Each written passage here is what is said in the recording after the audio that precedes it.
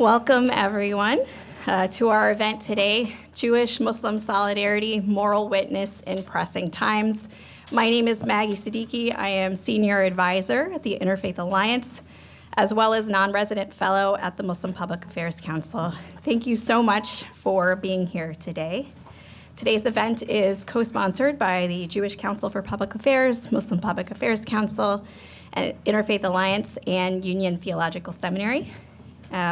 This is actually part two of a series that was initiated by Union Theological Seminary called Faithful Advocacy, Moral Witness in Pressing Times that featured Senators Warnock and Coons. The past 2 years have been particularly painful for Muslim and Jewish communities as we have borne witness to the traumatic events in Israel-Palestine and endured rising hate against Jewish, Muslim, and Arab communities here at home. We bear witness to this pain today in one another's communities, and we affirm our commitment to remain in relationship with one another. And yet we know that there are those who have seen our pain as an opportunity, one to be exploited, to further sow divides within and between our communities. The Trump administration in this year has engaged in Islamophobic rhetoric and anti-Arab hate, scapegoating Muslim communities for political gain. And it has exploited fears of real and rising anti-Semitism to justify authoritarian policies, scapegoating Jewish communities. And today we are here to say no more. Today, as Jews, Muslims, people of all faiths and backgrounds, we join together to reaffirm the message that neither our communities nor our democracy are safe when either community can be targeted. And I'm so pleased today that we will have keynotes from a Muslim member of Congress and a Jewish member of Congress, as well as a discussion between a Muslim national leader and a national Jewish leader about what this solidarity looks like, why this is such an essential strategy to protect American democracy. So in addition to our co-sponsoring organizations, I just want to acknowledge so many of the folks here in person. I'm looking around and I'm seeing so many of you who've been incredible partners in Jewish-Muslim solidarity. I am going to fail to acknowledge all of you, so please forgive me. But just in particular conversation with us around Jewish-Muslim solidarity and democracy in this moment, we have seen Islamic Relief USA, Nexus Fund, Shoulder to Shoulder, National Council for Jewish Women, the Religious Action Center for Reform Judaism, Jews and Muslims Advancing Together, HIAS. There's so many others that I'm forgetting you, so forgive me for that. Thank you all for being here in person today, and thank you to our members of Congress and staff of members of Congress for joining us as well.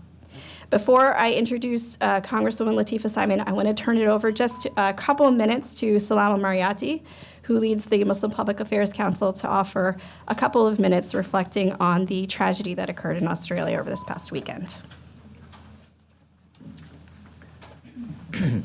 Thank you very much, Maggie. Assalamu alaikum, peace be unto you. The first pillar of Islam is bearing witness, and I think it's very appropriate that our forum here has that title in it. And as we all witnessed the horrific tragedy in Sydney over the weekend, at a time when Jews were celebrating Hanukkah, the celebration of light, as some are hidden in darkness, Hanukkah gives us that light. And we saw the anti-Semitic terrorist attack on people who were doing nothing more than practicing their faith, commemorating what is sacred to them. And so we just wanted to emphasize, as have been stated by several Muslim organizations, and I believe the Muslim peoples, how horrific it was to us, as it should be to any human being. And we stand in solidarity with the Jewish community in this time of danger and this time of horror, that we will not tolerate any act like that, especially if anybody gives any sense that this is done in the name of our faith. So this is a time to stand tall. This is a time to stand together. This is a time to stand for the theology of life against the cult of death. And it really is represented and demonstrated and embodied by one man named Ahmed, who took his life, who was there and took on danger to stand up against that cult of death. And as both the Quran and the Talmud have told us, the one who kills a human being, it's as if he has killed all of humanity. And the one who saves a human being, it's as if he has saved all of humanity. So we are on the side of saving lives. We are on the side of giving precious life air to breathe and giving that theology space in our houses of worship, here in the public space, and especially in our homes. So we just wanted to express that solidarity with the Jewish community today in standing against anti-Semitism, and also saying that we are all human and we should stand for what is being human, most importantly, the freedom to express oneself and the freedom to worship as any person wants to worship. Thank you.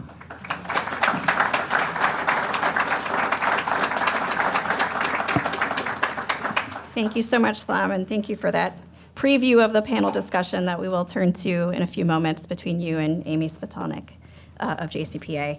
It is now my honor to introduce Congresswoman Lateefah Simon, who proudly represents California's 12th Congressional District. She has over 3 decades of experience in organizing, advocacy, and philanthropy. She has deep roots as a Bay Area leader and activist. Congresswoman Simon is focused on addressing the housing affordability crisis, tackling the mental health and homelessness epidemic, lowering everyday costs for working families, building climate resilience, protecting women's rights, standing up for immigrants, communities, and so much more. She serves as Deputy Whip for Policy, a Vice Chair of the Congressional Progressive Caucus. She's a member of the Congressional Black Caucus, Congressional Asian Pacific American Caucus, and Democratic Women's Caucus. And her personal experiences as a single mother, a disability advocate, and longtime community leader continue to inform her work, ensuring a focus on justice and equity. She is also Muslim and a mother of 2, and we are so proud to be able to welcome you today. Thank you, Congresswoman Simon.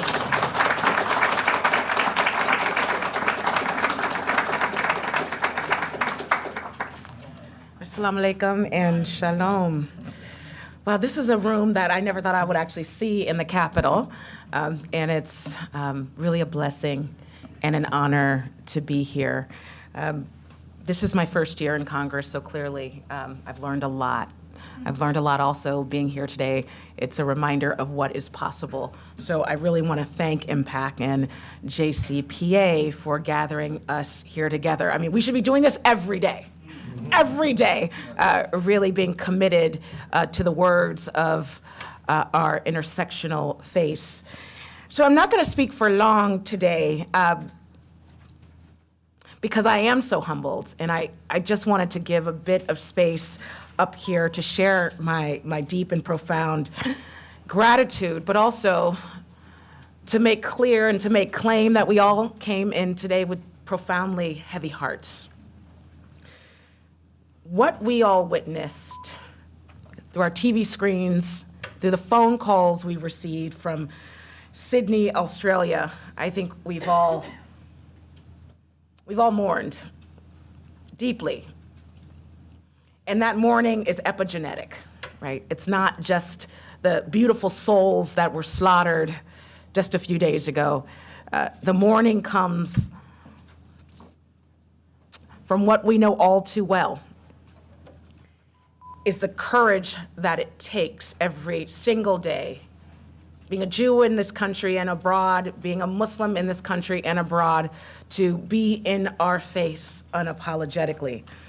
The lives in Australia and the lives across the world in the mutual conflicts that we're all praying for every single day to end, those lives are taken because of faith and actions of a very few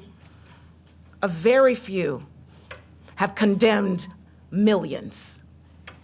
And as a Muslim member of Congress, the first Muslim member from California, I am thinking about my time here as someone who grew up in the Bay Area. And I gotta say, in the Bay Area, I studied Torah, Quran, and the Bible. Literally, I went to a Jewish day school. I had a profoundly deep and loving Muslim family and a Christian grandmother who could pray the devil back to hell, and she did every single day. It's very Bay Area. But I want to say this plainly, sisters and brothers. While I am in Congress, I want you to know just a couple of things about me. All of our faiths, under the umbrella of Abraham, peace be upon him, tells us to reject violence and hate. You will always see me condemning war, whether that war is in Yemen, whether the bodies that lay on the ground right now in Sudan are without prayer, or we're praying for a continued peace in our holy land. I will always denounce bombs over full bellies. That's not Islamophobic, it is not anti-Semitic, it is love. It is love. Violence born out of fear is betrayal to God. And I'm asking myself every single day as we're hearing the yucky stuff that continues to come out of our phones and on our TVs, that we remember that violence that is born out of fear is a betrayal of our faith, that Judaism and Islam, we know this, our faiths come from the same shared desert story. We are the descendants of Abraham, not simply by blood, but by obligation. That lineage binds us to the hard work, the very difficult work, the painful work, the prayerful work of restraint and justice and love and care for human life, even those lives that have betrayed us. The Torah tells us that we must seek peace and we must pursue it. We must seek peace and pursue it, not wait for it, not wish for it, but chase it, even when it costs us the benevolence, the comfort. Quran reminds us that humanity was made diverse so that we might know each other. My Arabic teacher taught me that surah when I was about 6 years old. She made us repeat it in Quran class. Our humanity was made diverse so that we might know one another. Difference is not a wound, it is in fact a responsibility. And it teaches that, the brother just said it, so I'm gonna repeat it. And it teaches that to take one innocent life, regardless of the faith, the practice, or the sin, is a wound to all of humanity. It is a wound to all humanity. Those lives in Sydney, those lives downtown Washington, D.C., lives taken all over the world, a bruise to humanity. To save one life is to repair our beautiful and battered world.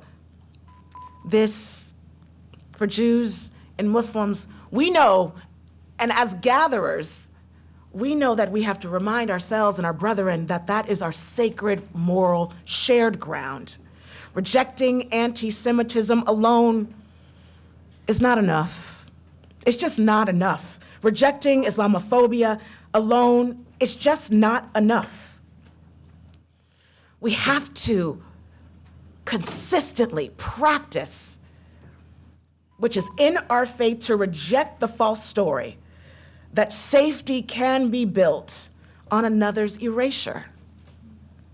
We're family. Family who shares land, who shares a father, a God.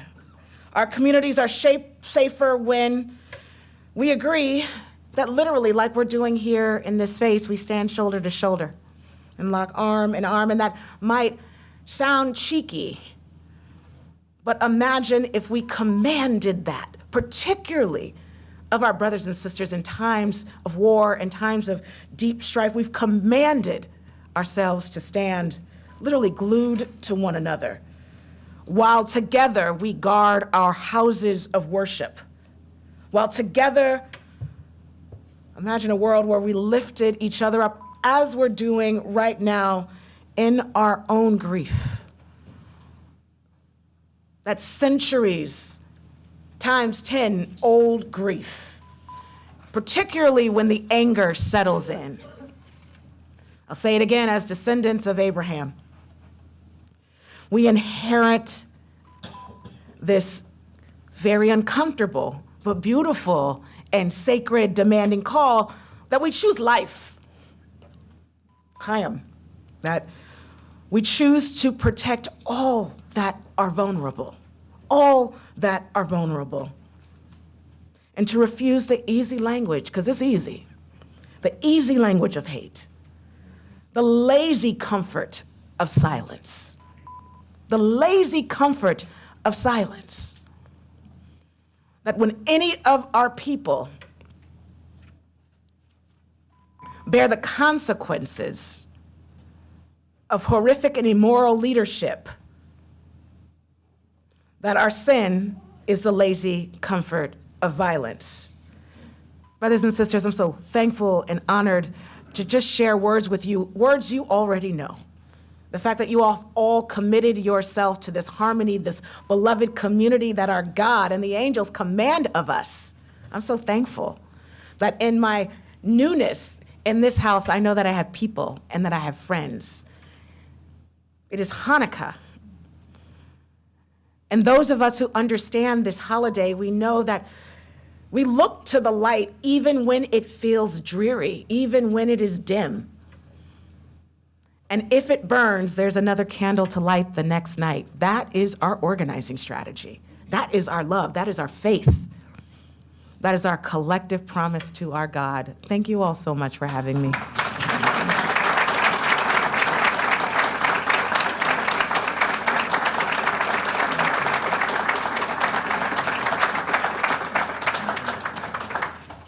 Thank you so much, Congresswoman Simon, for those remarks. We are looking forward to Congressman Jamie Raskin joining us later in today's event.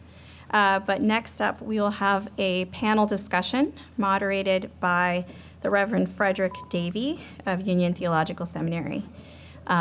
This is an event that is truly interfaith. It is an expression of Jewish-Muslim solidarity, and we are delighted to do it together with people of all faiths and backgrounds. The Reverend Frederick Davey is Senior Executive Vice President for Public Theology and Civic Engagement at Union Theological Seminary, where he has served in senior leadership for over a decade. His current role is central to the seminary's mission of addressing the most pressing social, cultural, and theological issues of our time. He leads the seminary's efforts in public theology, strengthening its role as a vital voice in public discourse and expanding its influence through meaningful community engagement both locally and globally. He has a very long bio, and I will not read you all of it, but he has advised everyone from Oprah to multiple U.S. presidents and vice presidents.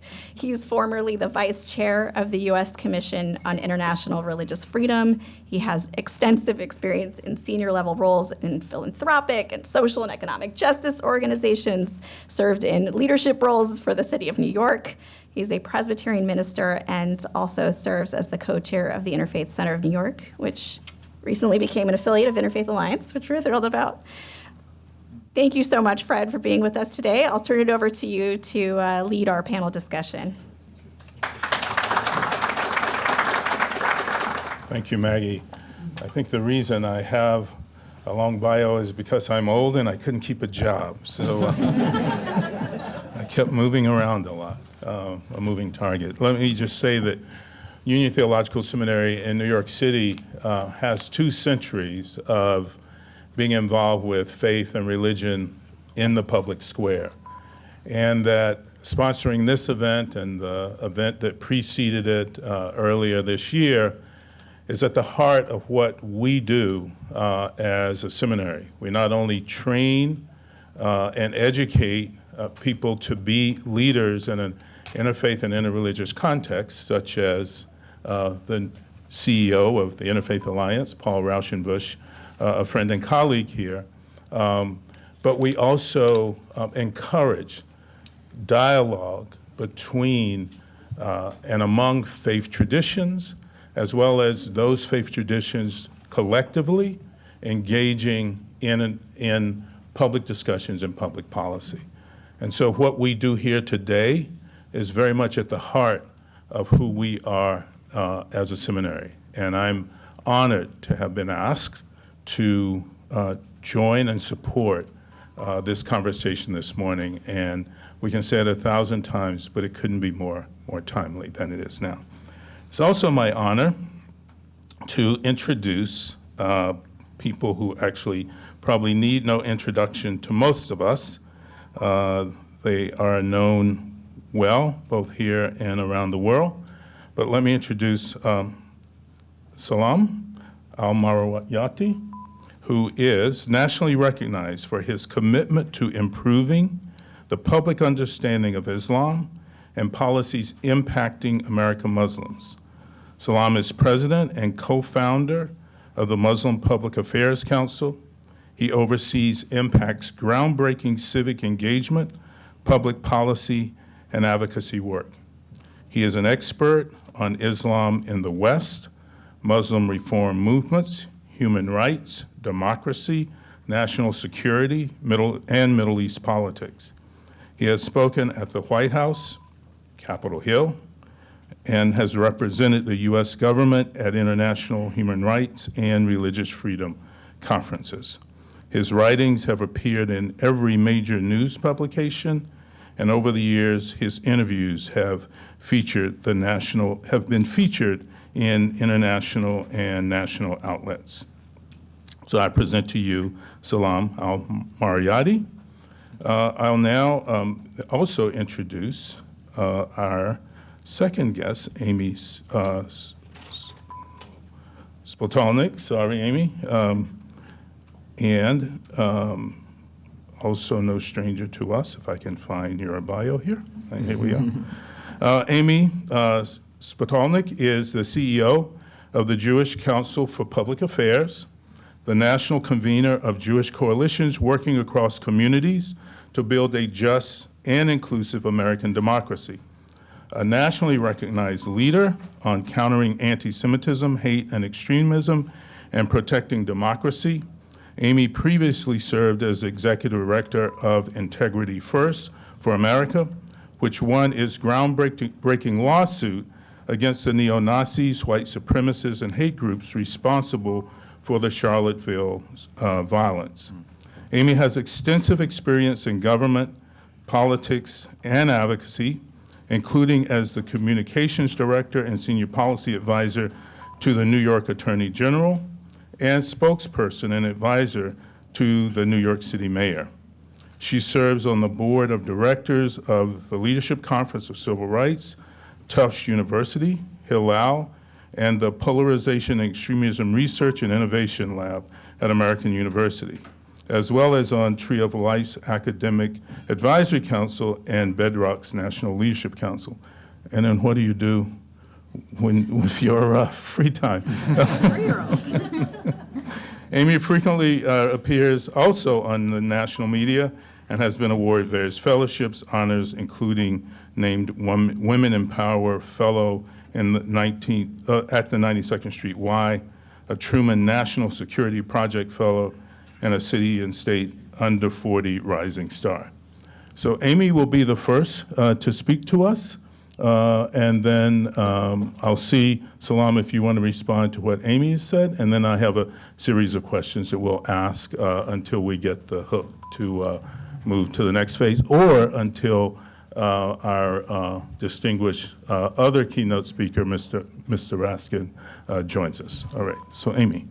Thank you so much, Fred. And this room is just really meaningful to be in right now after not only the last few days, but I think, frankly, the last few years and the last decade. None of this is happening in a silo. The horrors of this past weekend, which certainly include what happened in Australia, but a variety of other acts of horrific violence as well here at home, only underscore just how urgent it is for us to be building spaces like this, and how, as I think the Congresswoman said, we're just not doing it nearly enough. And so I'm particularly grateful to Islam and MPAC and the whole team, to Union, to Interfaith Alliance, and Maggie and Paul, and so many of our partners here who have just really leaned into this work at a time when so many people are trying to make it impossible to do so. Not even so many, just the loudest voices, I would say. And I'm so grateful for the partnership that this room illustrates, that has given me a lot of hope over the last few years, and I hope is just a sign of what we can continue to build.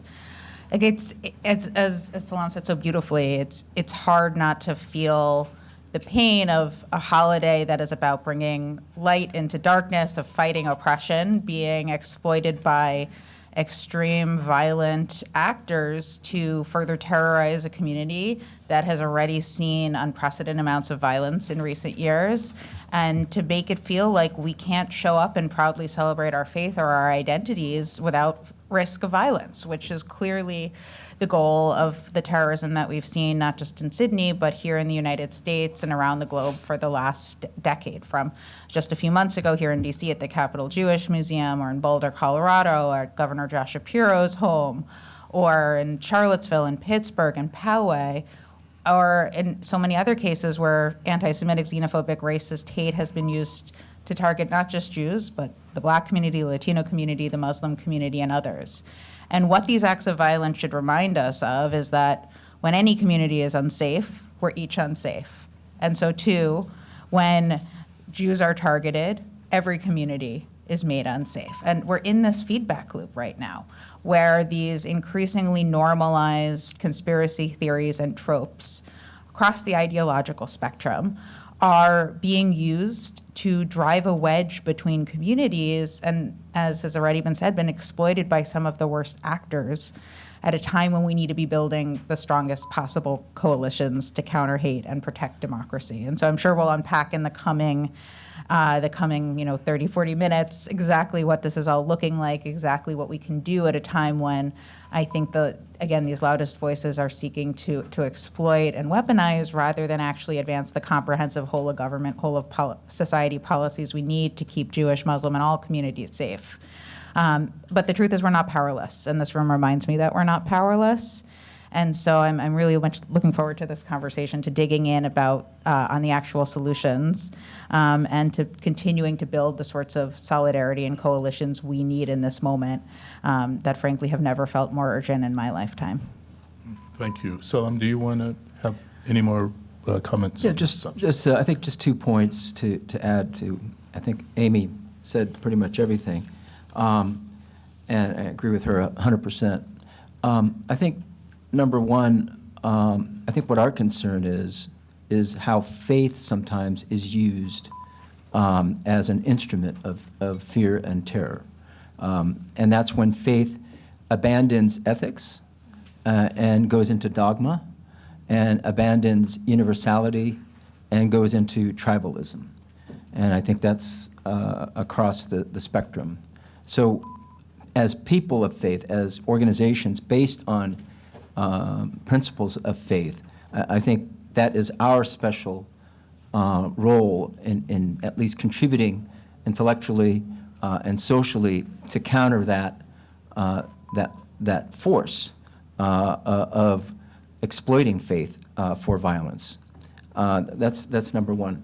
And number two, the members in this room, our organizations, we, as Amy said, this didn't just happen because we wanted to meet today. It happened from a series of meetings for, I think it's been over a year, and we've had differences.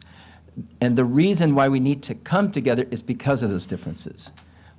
This idea that you only come together with people you agree, that doesn't even work in the family. Definitely not with my wife, at least. That's what my wife tells me.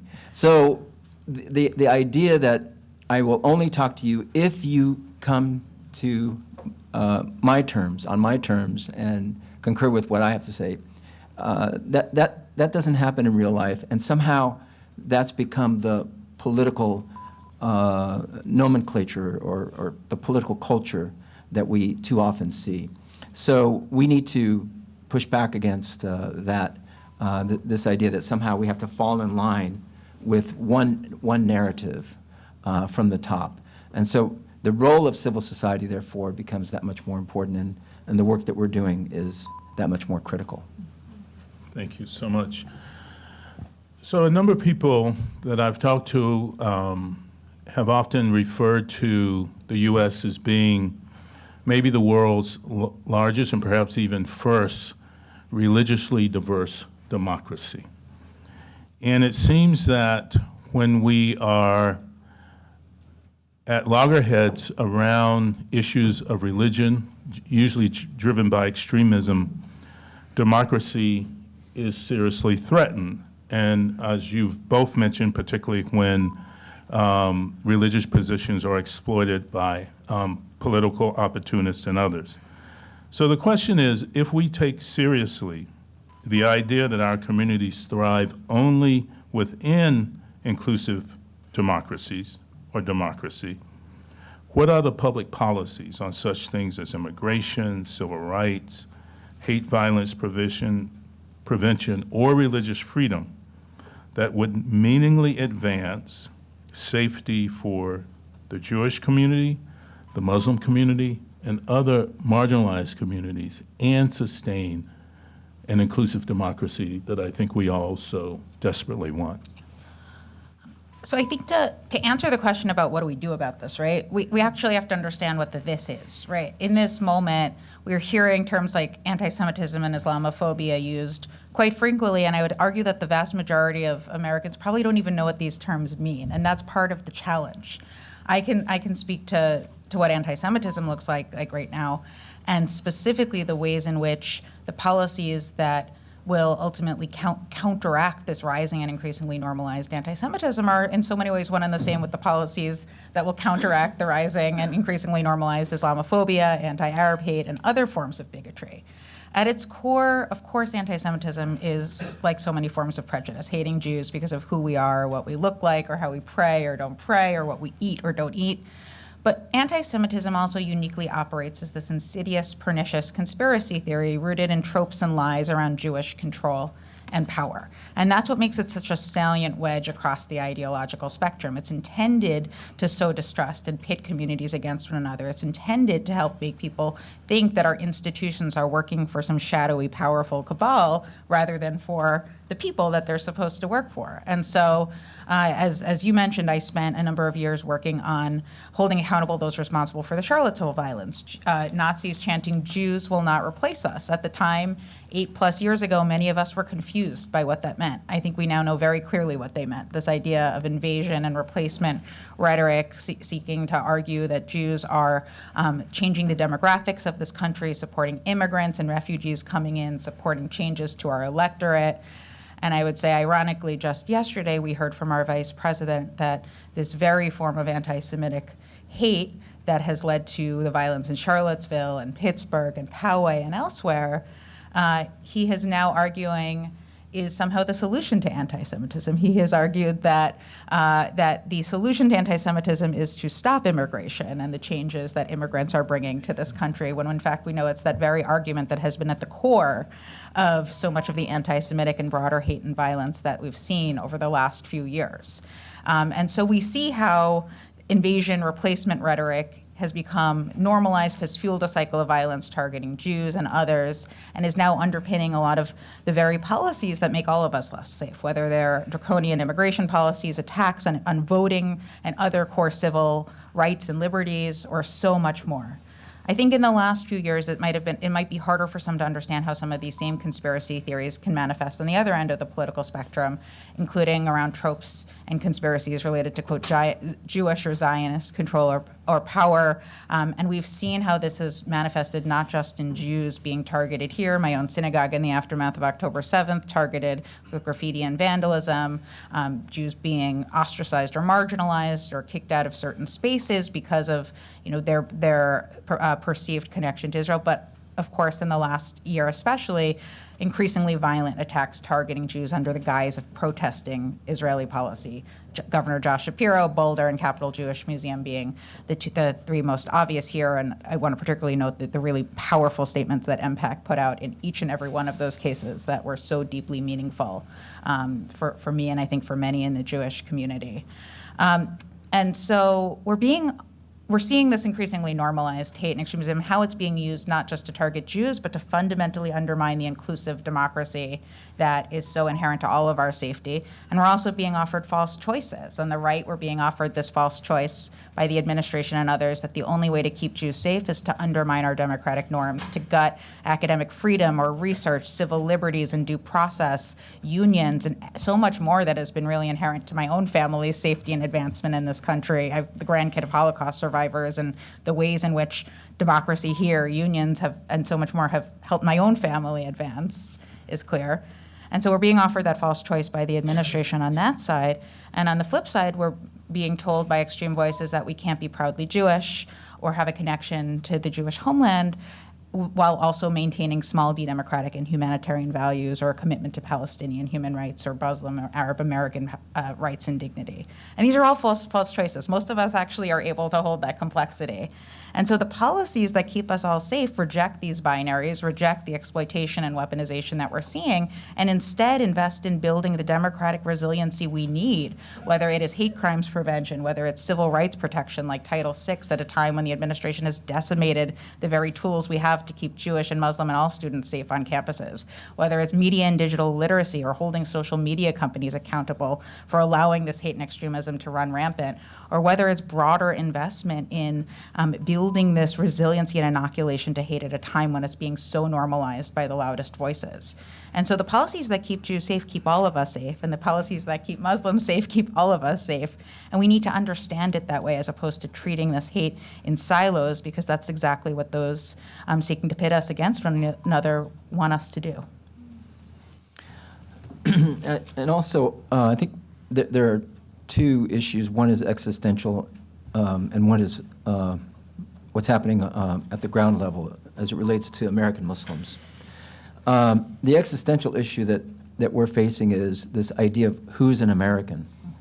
And does that mean you have to belong to a certain, it's not whether you belong to a certain religion or race that makes you an American. It's if you belong to a certain religion and race, that disqualifies you from being American. So even if you're a citizen, you can get picked up by ICE because of the way you look or the way you worship. There's talks of denaturalization now. And this idea of e pluribus unum, from many we are one, now is reduced to, well, yeah, that's true, but only for this group, not for the rest of us. And I think this is what we have to struggle with as Americans, because to us, the only definition of an American is whether we pledge our allegiance to the United States Constitution. And we do. And if we do, and our parents came here fleeing persecution and made a home here, this is home. Our founder, Dr. Marhatu, really was the architect of the American Muslim identity, which basically was encapsulated in this saying of his that home is not where my grandparents are buried, home is where my grandchildren are going to be raised. And so this is our home, and we are American, and we have to keep reiterating that point and fight for it and struggle for it. So that's one thing. Then on what's happening on the ground now is, in addition to the hate that we face from the mob, just this weekend there was a mob that took a pig to a Muslim community in near Dallas, Texas, because they want to build a new mosque. I felt sorry for the pig. The pig did nothing, but they think that we hate pigs. No, we just don't eat them. Same. Yeah, I think it's true for all of us. I mean, we use pigskin for football, so we and there are many values that we have with pigs. I grew up in the South, and it's a little bit different relationship. but in addition to that mob mentality, what is happening to American Muslim students, what's happening to many of us, is the unleashing of the national security apparatus against our community. And that's the difference when we talk about anti-Muslim animus compared to hatred in general that is targeting various groups. Is now, not only do you have to deal with the mob, you have to deal with the national security apparatus of the most powerful government in the world, the United States government. And so having discussions about, well, what is real national security? National security was invoked for Japanese American internment. National security is invoked every time we want to go to war, even though they're unjust wars. So when we're dealing with that, and students now are put under certain surveillance, and organizations are designated as foreign terrorist organizations, even though they have a 501c3 status. And this is not going to be the end of it. It will continue. And then you have, I believe it was Representative Fine, who said that there's no such thing as a moderate Muslim, they should all be destroyed.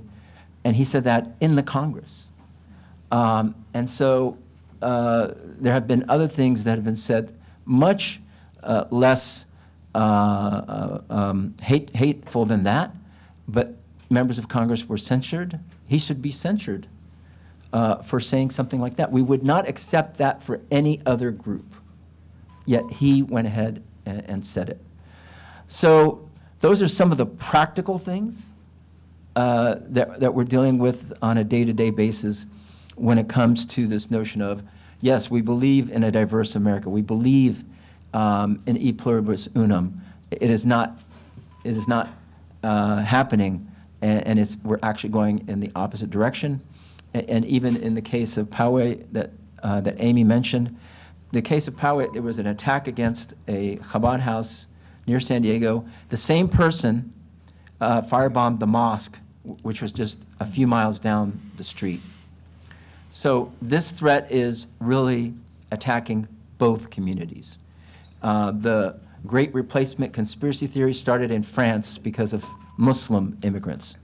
And now it has found it's reared its ugly head here in America, attacking Jews, attacking other minority groups, and it's attacking all of us. And if I can just put a fine point on it, I want to underscore, well, one, just how vile the comments were by Randy Fine, by Tommy Tuberville, and the series of vile Islamophobic comments that we've seen from people who are sitting members of Congress and supposed to be upholding the best ideals of this country and are instead exploiting the very real fear and pain of this moment to advance just outright bigotry and hate. It has no place here, and I think all of us have an obligation to condemn it.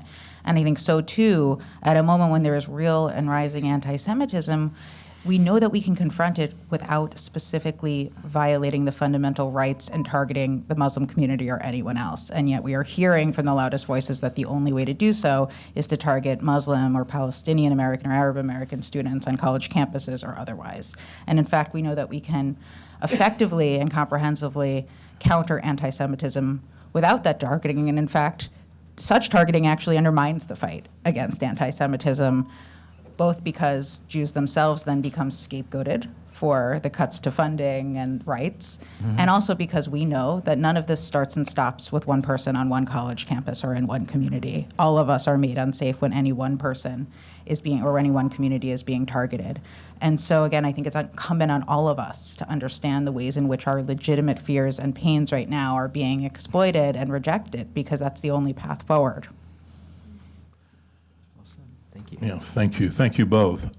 So here's a question that isn't on our list, and I hope it's not too far out of left field, Maggie. It seems that the elephant in the room, at least for me as a Christian, as a Presbyterian minister, is what is the source? And you've talked a little bit about the source of this replacement theory coming out of France, but here in the U.S., all of this is exacerbated actually by a number of forces, but the primary force, it seems to me, is Christian nationalism, and white Christian nationalism in particular. Can you reflect for a minute on sort of how you view white Christian nationalism or Christian nationalism as a force or a power in this effort to exploit tensions, exploit the acts of extremists for the sake of trying to make what many of that mindset perceive as a pure America. Well, I'll take it more from a theological standpoint, since we're people of faith, from Islam's point of view. You know, there's something in Islam where we're not supposed to draw pictures or paintings of the Prophet Muhammad. And the reason being is that we are not supposed to make him white or black or brown or any color, or take on the image of the painter, him or herself. And so the idea of images, images of God, images of the Prophet, are shunned by the vast majority of Muslims. And so this idea of white Christian nationalism, where somehow Jesus is white, even though he probably looked more like me than he looked like, you know, these guys that are promoting white Christian nationalism is of course false. And it's intended to promote that kind of racism. Number two, there's nothing Christian about white Christian nationalism. Just like there's nothing Islamic about Islamic violent extremism, or nothing Jewish about Jewish extremism. These are political vehicles used for political power and exploiting fear and concerns of the average American, and in this case, white Americans. And I think the way to bypass it is through these forums and direct engagement. And we should be just as concerned about communities in the Midwest as we are about our own communities here in Washington or Los Angeles. And truth will overcome fear. There's a saying in the Quran, evil and good are not equal. Repel evil with that which is good and much better, so that the one with whom there is enmity becomes as if he is your closest and warmest friend. And so the Quran doesn't talk about conversion of people theologically to convert them to the faith. In fact, it tells the prophet, you are not responsible for them. If God had willed, he would have made them all one faith, but it's his will to make them different faiths. So the prophet was even admonished from converting people to the Islamic faith. But instead, the Quran talks about social conversion, that there's something bigger than just our religion, and that God had created these different religions. God is, no one religion owns God. God is not the captain or the chief of my tribe. God is omnipotent. He's the most merciful, and so we have to tackle this issue from a theological standpoint. And then the second point on that issue is that the methods that they used are also very unchristian-like. Whereas Jesus, represented love and forgiveness and taking care of the poor and needy, I don't think these white nationalists care about that. It's just the opposite. And when Tommy Tuberville, who claims that Islam is a cult, first of all, Tommy Tuberville, when he ran for Senate, didn't know the difference. They asked him about the three branches of government. I think he said the House, the Senate, and the Supreme Court. So he needs to go back to civics before he can become an Islamic scholar. But it's that kind of ignorance that is being exploited and played up in promoting this notion that Islam is a cult. And I remember, I forgot what year it was exactly, but there was a mosque in Murfreesboro, Tennessee, and the city council was trying to say that, Islam is not a religion, and therefore Muslims don't have First Amendment rights. And it took the Justice Department, not this Justice Department, obviously, but it took the Justice Department to go and testify to the city council and say, no, Islam is a religion like every other religion, and therefore you have to afford Muslims their First Amendment rights. If they want to build a mosque, you cannot impede them in doing so. And so that's the seems to be the daily struggle for American Muslims, having to prove that we're a religion, or having to prove that we're human. And when you're up against any kind of nationalism, any form of religious nationalism, it could be Muslim nationalism as well. I think the first point that we have to say, that is not religion. That's a political vehicle to take over power and to divide us, and we all have to speak out against it. Great, thank you. Amy? I mean, the only thing I would add there, I wholeheartedly agree, is the ways in which the conspiracy theories and tropes oftentimes at the core of this white Christian nationalism are... So I'm going to ask you to hold. Oh, there we go. Okay. And then we'll pick it up. Great. No, it's fine. The man we've been waiting for. Yes, indeed. Sorry.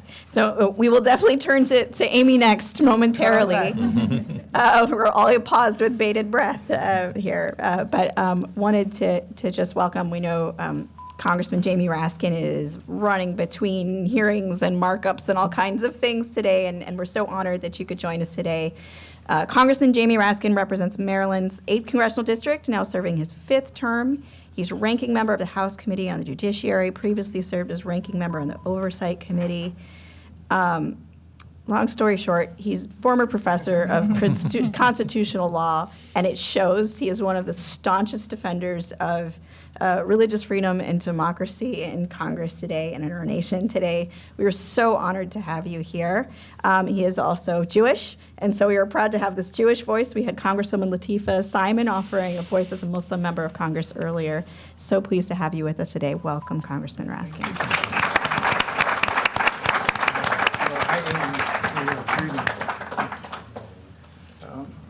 Greetings, everybody, and forgive me for interrupting the prior scheduled panel.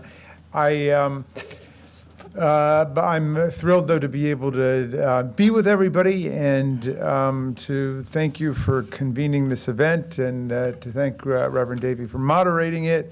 And I do want to salute the groups that are involved here: the JCPA, MPAC, the Interfaith Alliance, and the Union Theological Ceremony for your engagement with where we are now.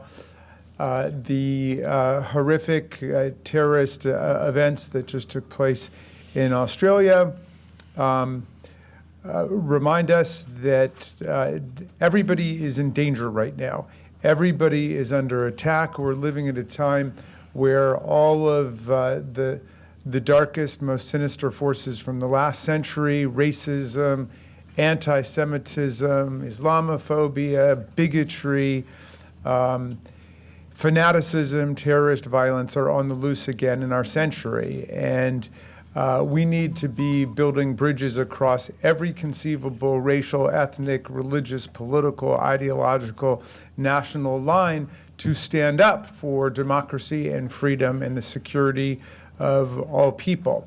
That means that everybody needs to draw on the most positive well springs of hope and connection from within their own faith tradition, within their own political parties, within their own political ideologies, within their own countries, to make common cause with others who would reject this siren call of authoritarianism and fanaticism and violence all over the world.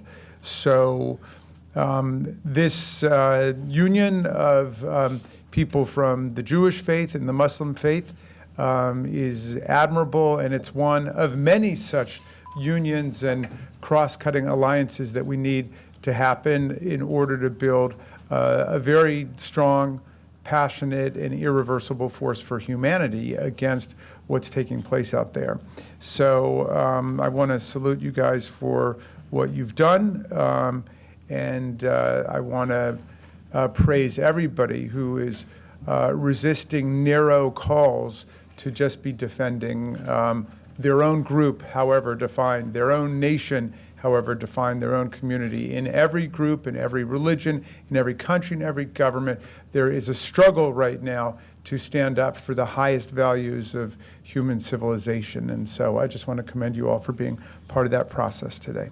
And forgive me for excusing myself, but thanks for Thank you so much.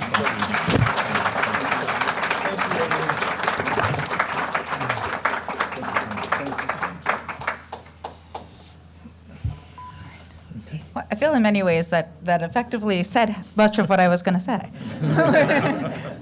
So, at the core of white Christian nationalism, much like so much extremism, is this idea that there's only so much of the pie to go around. That for this country to be safe, to be the country that they want it to be, this narrowly defined vision of who an American is, white, Christian, hetero, straight, etc., that we can't.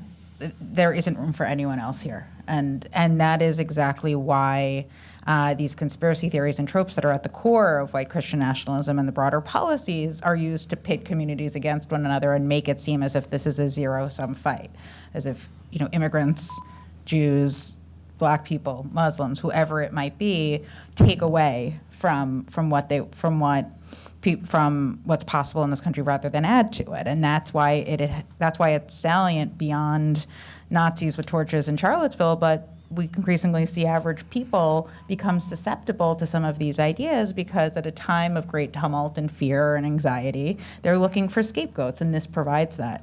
And at the core, these conspiracy theories are about fundamentally undermining our democracy, using this ability to pit us against one another to undermine our democracy and to advance policies that very much are at the core of this worldview as well, whether they be the sorts of policies Salam was talking about, using the national security apparatus to undermine the rights of Muslim and other communities, whether it is anti-immigrant and refugee policies targeting those who are coming here looking for a better life, whether it's attacking voting rights and civil rights or civil liberties or due process and the rule of law. And so all of this is really used to fundamentally rip apart the fabric of our democracy, the norms and the values that are essential to keeping us safe. And so we have to understand white Christian nationalism and this broader extremism as a tool to undermine democracy rather than a simple idea in and of itself. It really is the vehicle through which our communities are being pitted against one another. These policies and ideas are being normalized and advanced. And again, it's why we need to be providing a different view, a different space that makes clear we're safest in building these strong, inclusive coalitions across lines of difference. Great, thank you. We're just going to, we have, I think, about 10 minutes for a couple of additional, or maybe one additional question, and then any final comments you all would like to have. Since the horrific events of Australia are very much on our minds, and we often talk about stories and narratives being the sources of the most inspiration to withstand the kinds of attacks and hate that we're seeing that are so prevalent here in the U.S. and around the world. And we see coming out of Australia stories about heroes. You mentioned one in the young Muslim man who subdued one of the attackers at great bodily harm to himself. I have seen another posted of an elderly Jewish couple where the man confronted the terrorist and was actually killed on the bridge.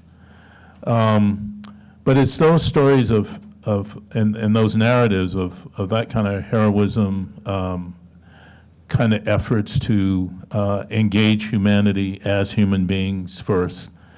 And so the question I have is, what kind of narratives inspire you today? What are the stories that you think, the narratives that you think this country needs in order to both withstand the extremists, but also continue to deepen the relationship between these two communities? Well, I don't know if this is a narrative, but maybe it will elicit other thoughts. But my family's from Iraq. My father passed away 2 months ago, so I went to the funeral service for him. And in Iraq, what's really interesting, they have shrines. There are a lot of Shia shrines in Iraq. And the roads towards the shrines, you have pictures of those people who died fighting ISIS. And it is riveted with hundreds, if not thousands, of people. And then you have, during the war against the Soviets, Afghans who sacrificed their lives to defeat the Soviet Union, and America benefited from that. America benefited from these Iraqis who fought ISIS. And it's those unsung heroes, like the Ahmed. We know who he is now because it was on camera. But there are millions of them throughout the world who we do not talk to, we do not connect with, whether they're here in America or they're abroad.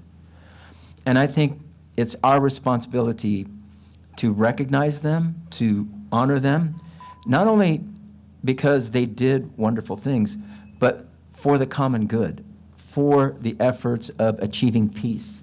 That's the only way I see having peace prevail in the region. It is not going to, we're not going to achieve peace by more bombs, by more wars. It will do exactly the opposite. It will create more militias that end up being terrorist groups that will give more fuel to the fire of violent extremism.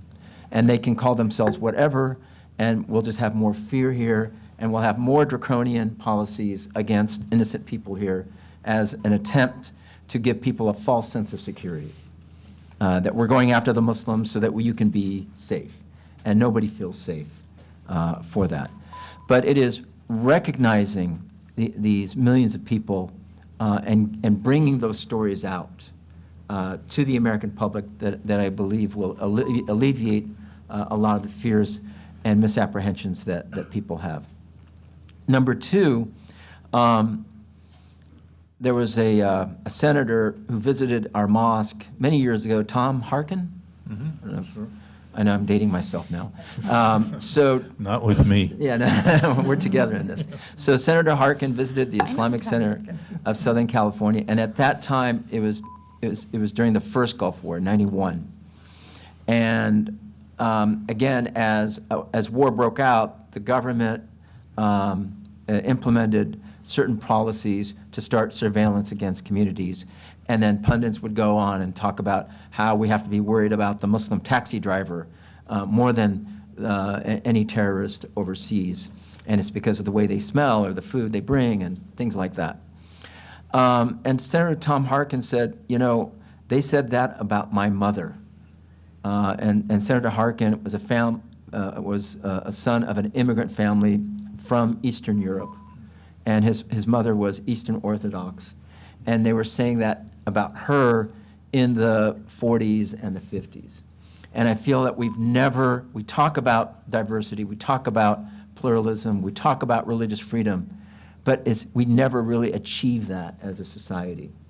And now it's supposedly the Muslims' turn to go through what Jews went through 100 years ago, and Catholics, and Mormons, and every other religious minority in America. But we cannot do it alone. I think the stakes are much higher now than they were 100 years ago. And therefore, it is important to have these coalitions that we're building. And the coalitions is not just to serve us as members of faith, but really to serve our country.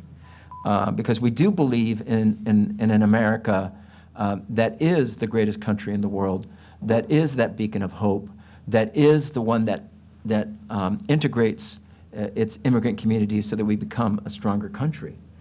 And so that's what we're fighting against right now. And first and foremost, by fighting against that ignorance, by developing programs and stories and narratives that counter the paradigm of fear. Thank you. I wholeheartedly agree, and I think to this question of where do we find hope right now, I find hope now and historically from those who are willing to put themselves on the line to show up for others at grave risk. And so whether it's those you just described in Iraq who fought ISIS, who stood up and lost their lives as a result.